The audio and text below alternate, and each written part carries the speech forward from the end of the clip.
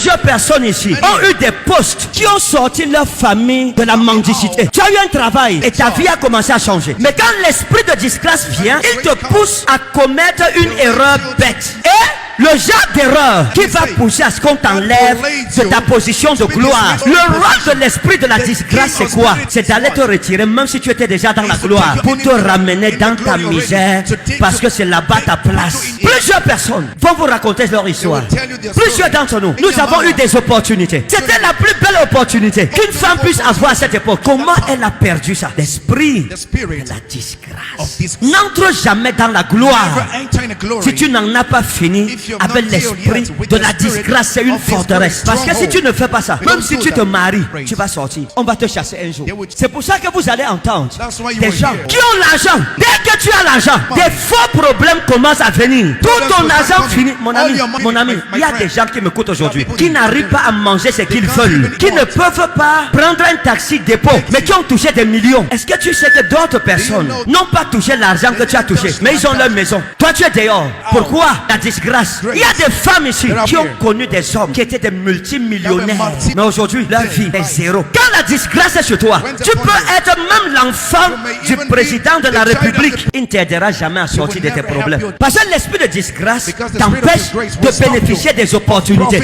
Ils te volent toujours les opportunités. Combien de femmes ici ont failli se marier plusieurs fois? Combien?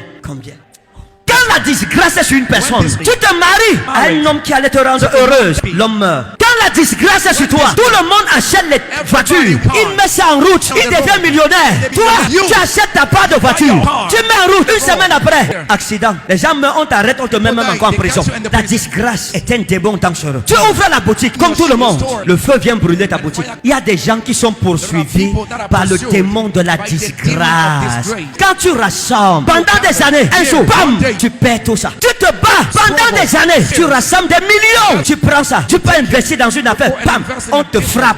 La disgrâce. Tu vis avec un homme 10 ans, 15 ans, 20 ans, tu lui fais 15 enfants, c'est-à-dire un enfant par an. À la fin, il va épouser une autre qui n'a pas été témoin de ses souffrances, qui n'a pas supporté ces moments difficiles. Madame, on appelle ça l'esprit de la disgrâce. Tu avais ton patron, tout allait bien entre vous. Un jour, un faux problème arrive, ou bien toi-même tu commets une bête erreur, une erreur bête, on t'attrape, il te chasse. L'esprit de disgrâce. Lorsque cet esprit suit ta vie, tout ce que tu entreprends finira pas échouer. Pour rien, on te hait.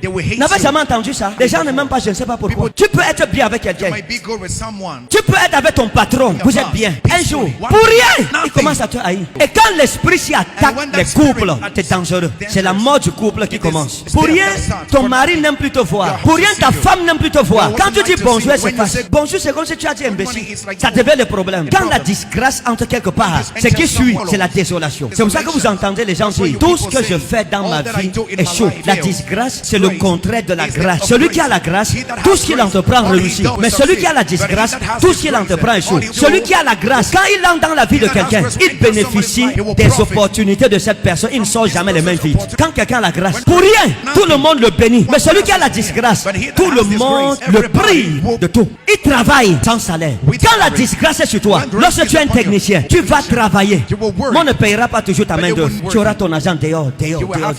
Mais celui qui porte la grâce, tu ne peux pas retenir son argent, parce que la grâce t'obligera de lui remettre ce qui lui appartient, parce qu'on ne vole pas son héritage. Beaucoup d'enfants de Dieu souffrent de la disgrâce. Vous savez, il y a des élèves très intelligents en classe, mais à l'examen, ils échouent. La disgrâce. Oh.